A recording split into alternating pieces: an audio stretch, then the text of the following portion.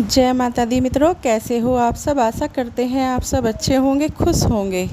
दोस्तों, आज का हमारा विषय है देवी देवताओं के शरीर में आने के ये 5 संकेत होते हैं जो मैं आज आपको इस वीडियो में बताने वाली हूँ। मित्रों, देवी देवताओं का शरीर पर आना 3 आत्माओं का स्वरूप होता है।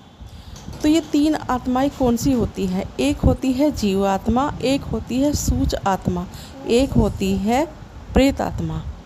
तो जो हमारे शरीर के अंदर एक जो दूसरा शरीर होता है, जिसे हम भौतिक शरीर बोलते हैं, जो उसमें वास करती है, वो होती है जीवात्मा। और जब इसी आत्मा के अंदर घमंड, गरूर, अभिमान भर जाता है, लालच हो जाता है, तो ये एक प्रेत आत्मा का रूप ले लेती है। तो ये बन जाती है प्रेत आत्मा। तो जो तीसरी आत्मा है, जब उससे खुद स्वयं परमात्मा मिलने आते हैं, जिसे हम सवारी बोलते हैं कि हमारे शरीर पर सवारी आई है, तो वो हमारे शरीर पर सवारी जो आती है वो हमारी तीसरी आत्मा से मिलने आती है।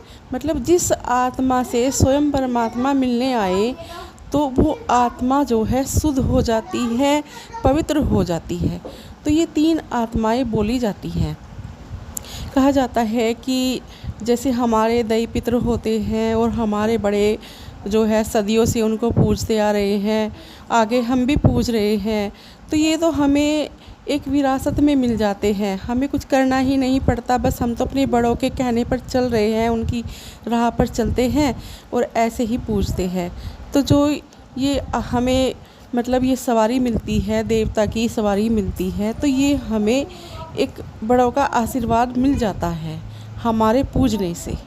देखिए, देवी देवता हमारे लगातार मंत्र जाप करने से भी जो है हमें मिल जाते हैं। हमारे शरीर पर देवता की सवारी आ जाती है, या हम लगातार नियम से किसी देवता को या देवी को भोग लगा रहे हैं, नियम से लगा रहे हैं, उसी टाइम कभी भी हम भूलते नहीं, तब भी सवारी हमारे शरीर पर आ जाती है देवी या देवता की, जिसको भी आप नियम से भोग लगा रहे हो।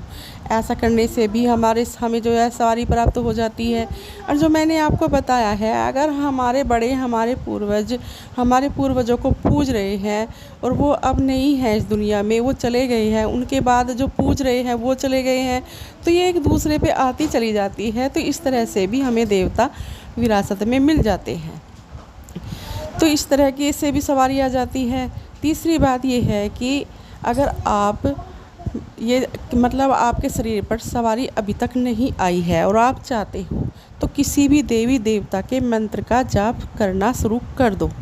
लगातार कर दो, नियम से करो। उसी आसन पर बैठकर जो वस्त्र पहले दिन पहनोगे, उन्हीं वस्त्रों को आपको रोज़ पहनना है, शुद्ध करके धोकर बढ़िया तरह से, और बिल्कुल मन पवित्र कर कर अगर आप लगातार किसी भी देवी देवता के मंत्र का जाप करोगे, तो ऐसा नहीं हो सकता, गारंटी के साथ कहती हूँ कि आपके शरीर पर देवी या देवता की सवारी 100% आएगी, ज़रूर आएगी। आप लगातार 3 महीने एक ही देवी का या एक ही देवता का जाप कर कर देखो, और नियम से करो, उसी टाइम करो जिस टाइम आपने शुरू किया है, बिल्कुल मत भूलो। फिर देख लेना, आप जो चाहोगे, जिस भी देवी देवता को चाहोगे, वो आपके शरीर पर ज़रूर आएगी। मित्रों, एक बात मैं आपको और बताती हूँ। अगर आप चाहते हैं कि मेरे शरीर पर सवारी आ जाए देवी या देवता की, तो उससे आपको घबराना नहीं है, क्योंकि दिक्कतें आपको के साथ बहुत ज़्यादा होंगी। जिस टाइम सवारी आपके शरीर पर आएगी, तो आपके बाल बिखर जाएंगे, आपके शरीर में एक बहुत ज़बरदस्त ऐंठन शुरू हो जाएगी, आपको बुखार भी होगा, आपकी एक एक नस में, एक एक हड्डी में दर्द भी होगा। मतलब आपके शरीर ऐसा हो जाएगा कि जैसा आपका शरीर 100 सालों से बीमार है, और अब आप बचोगे नहीं, क्योंकि इतनी बड़ी ऊर्जा, इतनी बड़ी सवारी जब आपके शरीर को फाड़ कर आपके शरीर के अंदर जाएगी, तो इस तरह की चीज़ें होंगी जिससे आपको घबराना नहीं है। जब सवारी आपके शरीर को चुन लेगी और बैठ जाएगी, तो इसका मतलब ये भी नहीं है कि आपके शरीर पर सवारी आ गई है और आप कुछ भी नहीं कर रहे हैं। तो फिर आपको जो है लोगों का भला भी करना होगा, सत्य के मार्ग पर चलना होगा, कोई कपट छल आप बिल्कुल भी नहीं कर सकते। तो इस तरह से भी आपको जो है सवारी आने के नियम निभाने होंगे। तो कुछ लोग इसी वजह से डरते हैं कि हमें हमारे शरीर पर सवारी ना आए, क्योंकि वो नियमों का पालन नहीं कर सकते। उनको लगातार नियम से उनको भोग लगाना पड़ेगा सवारी को, और जिस मंत्र जाप को कर रहे थे वो भी लगातार करना पड़ेगा। तो इस तरह से आपको बहुत चीज़ें करनी होती है। सवारी आने के बाद अगर आप नियमों का पालन कर सकते हो, सत्य के मार्ग पर चल सकते हो, दूसरों का भला कर सकते हो, तभी आप जो है सवारी बुलाने के बारे में सोचना, नहीं तो बिल्कुल भी ना सोचना। नहीं तो आप पर उल्टा पड़ जाएगा और आपके साथ गलत होगा, सही कुछ भी नहीं होगा। क्योंकि देवी या देवता की ऊर्जा शरीर पर आना कोई छोटी बात नहीं होती। शरीर को फाड़ कर शरीर के अंदर जाती है और वहाँ पर अपना स्थान चुन लेती है।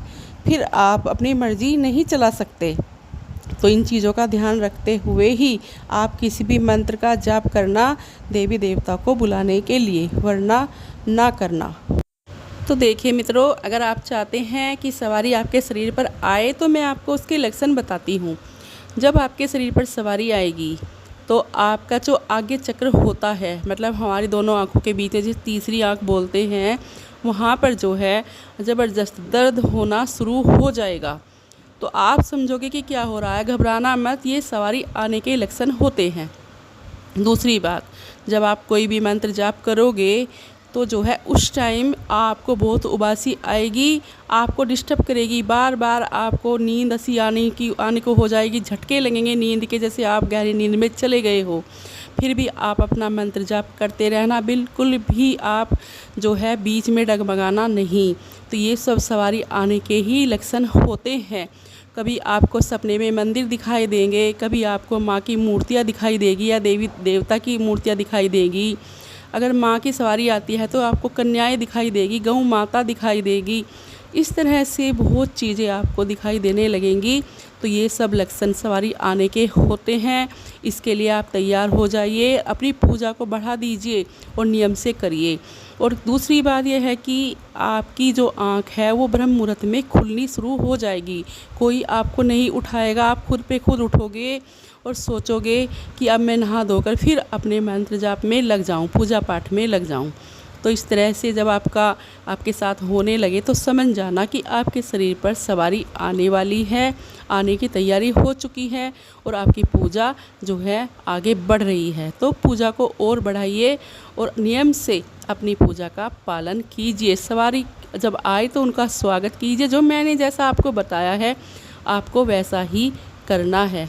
तो मित्रों, ये कुछ जानकारी थी जो मैंने आपको दी है। अब मैं आपसे विदा लेती हूँ और मिलती हूँ एक नई जानकारी के साथ। जय माँ काली, जय माँ दुर्गे।